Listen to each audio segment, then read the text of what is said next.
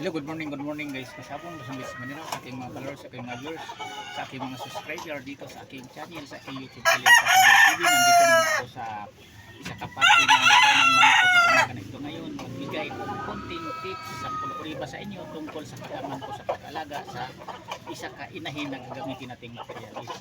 Bago ang lahat kasabong, magpasalamat muna ko sa inyo nga lahat. Maraming salamat talaga sa nagsusupport na nanonood sa aking mga content i-upload dito sa aking channel sa aking YouTube Kaliyaw Kasabong TV, sa aking lalong-lalo na sa mga bagong tipinating ko sa inyo, sa aking subscribers, sa aking mga viewers, sa aking followers. Maraming salamat talaga sa inyo lahat.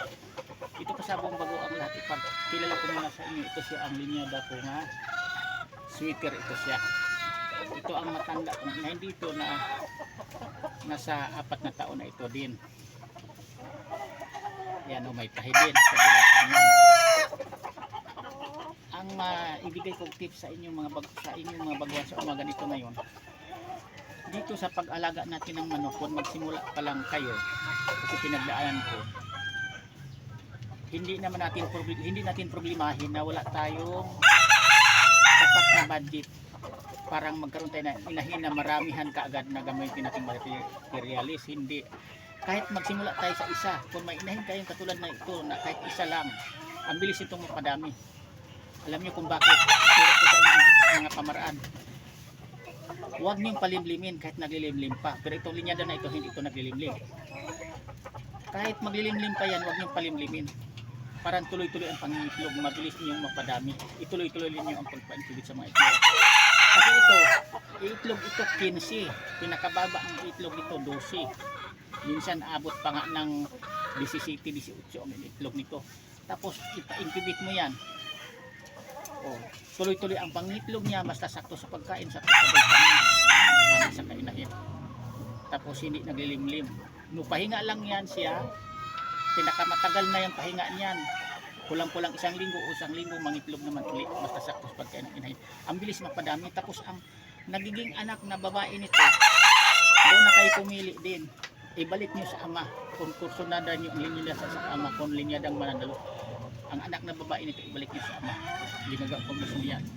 Tapos pipili naman din kayo uli sa mga anak noon o gagamitin ninyo nga gawin yung material sa inahin. Tapos hanapan naman niyo ng ibang linyada naman na lalaki na medyo lamang din sa panalo kaysa talo. Yan naman ipalain nyo. Ang bilis papadami nyo ang isa kamanok. Sa loob ng 1 taon, medyo may mga inahin na kayo. Pagkasunod na taon yan, next year, ang bilis na gulat na lang kayo. Ang dami nyo ng mga manok alaga kapag mayroon kayong pang-budget. Dito rin sa pag-alaga pala ng manok, paliwanag ko sa inyong mabaguhan pa lang, pinaka-importante dito, mayroon tayong pagkukunan na pang-budget talaga, pang-maintenance, pagkain nila sa pang-araw-araw. Kasi ang manok, nabubuhay din ito sa pira ang kinakain araw-araw. Kaya natutukanan niya. Kasi kung wala tayong pira na ipunta sa tindahan sa poultry supply na bibili, hindi naman pwede tayo doon na bihira mang magpautang na poultry supply sa ngayon. Kailangan may pira tayong bibili ng gamot, pira yun. Para sa manok natin, bibili tayo ng pagkain ng manok, pira yun. Bibili tayo ng vitamins, pira din ang kapalit noon bago tayo bibigyan.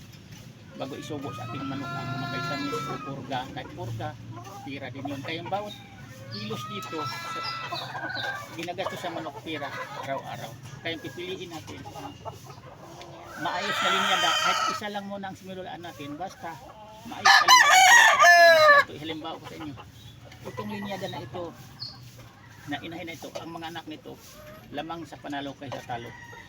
Karamihan sa nakakuha sa mga anak nitong na-i-out na ibinta ko, pinagsa-champion na nila nagpapakawag premium. Hindi sa tupadahan yan sa mga sabungang taktik nagpanalo ang mga anak nito. Ako rin mismo ang mga anak nito kasi nag-entry din ako sa labanan sa manok.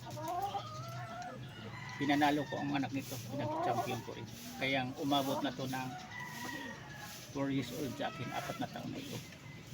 Kasi hindi ako nagpatagal ng isa kainahin kapag sa una pa lang niyang pagpisa, unang mga itlog niya, pagpa-incubate ko, pagpisa niyan, pag abot na ng tamang edad na pwede nang ilaro ilaban, Ni-try ko na yan. Kung lamang sa talo, laging natatalo. Inalis ko na ang isa kinahinit ko pinatagal. Pero ang isa kainahin tulad nito, nga lamang sa panalo kasi mga anak niya, yan ang nipirma minti ko. Kaya may anak na ito, may apo na, ginagamit ko na rin, ginawa kong inahin din, materialis ang apo nito.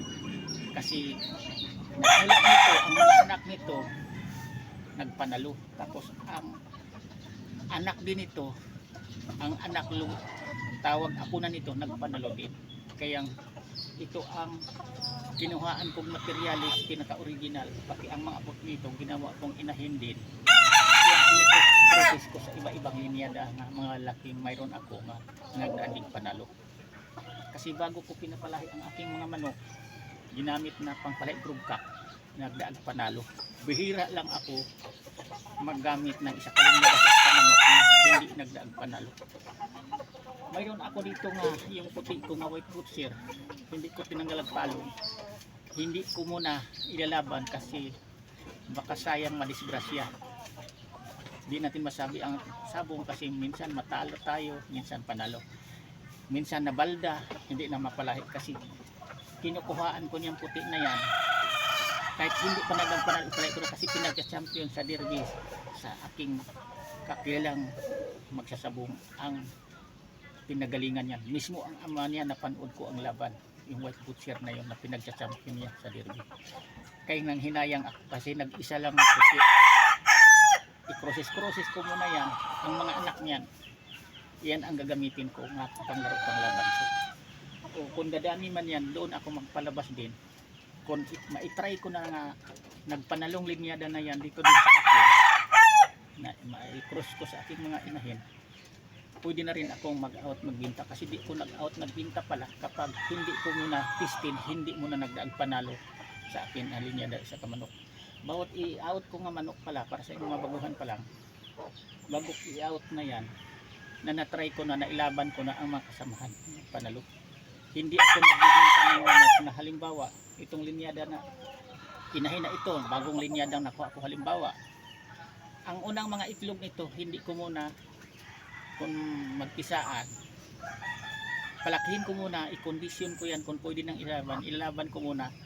Ang mga kasunod niyan, doon ako pwedeng mag-out magbinta, parang hindi ako mapaya. Pero kahit na kung nanggaling pa rin sa ganong mga linyada ang manok na lamang sa panalo sa talo, may talo pa rin. Kasi nagkadepende na sa inyo yan, na sa atin yan, bawat isa kasabong hero tayo. Kanya-kanya ang diskarte natin pamaraan sa pagkondisyon sa manok. At saka sa kulay. Minsan hindi quality kapag hindi siyang kulay sa atin. Madalas din matatalo yan sa atin. Tinatandaan ko ang kulay na para sa akin. Kaya ang sinasabi ko sa inyo, sa atin yan, bawat isa sa bungero, kanya-kanya ang kulay na kahiligan natin na manukin. Ang totoo yan.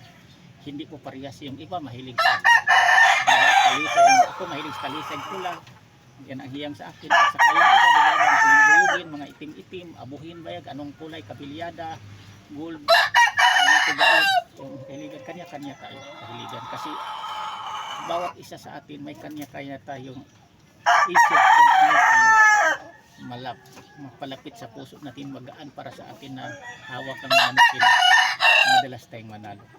Yan ang totoo niya. Kaya kayong mamaguhan pa lang, subaybayan nyo na lang ang aking mga content dito. Kasi dito, ang tinuturo ko dito, ang kinukontent ko dito, pinagsabi ko sa aking content, yan lang ang totoong pinagdaanan ko. Tungkol sa paglaban ng manok, pinupunto ko yan, may panalo, may talo, may tabla, pinupinto ko lahat yan. Ang totoong buhay na story. Gumagawa ako ng content kahit sa TikTok account at saka sa Reels sa Facebook account ko.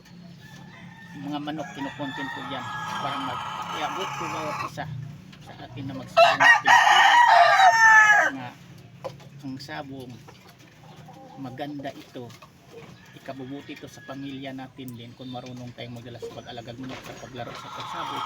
Pero kung di tayong marunong nito, maapektuhan ang ating pamilya, maging kawawa din ang ating mga anak ng balik. Kailangan dito alalay lang, i-advise ko, alalay lang, pinay-hinay lang tayo, susugal lang tayo kung may sobra. Yan ang katotohanan yan. Pero ang para sa ating bawat isa sa pamilya, huwag nating galawin, huwag nating ikusta sa ating manok. Ano kagaling pa man yan, kasi maaari na tayo ang manalo. Pero paano naman kung maaari tayo ang natatalo? Wala na ang pangbagit sa pamilya. Yan lang, sana meron maguhan pa lang. Hanggang dito muna ako kasabong, bukas ulit naman. Ipapaliwanag ko sa inyo tungkol sa buhay ko sa kalaman, sa pag-alagang manok at saka sa paglaban-laban. Hindi tayo puro talo, kailangan lamang tayo sa panalo, tayo sa talo. Yan lang. Bye-bye.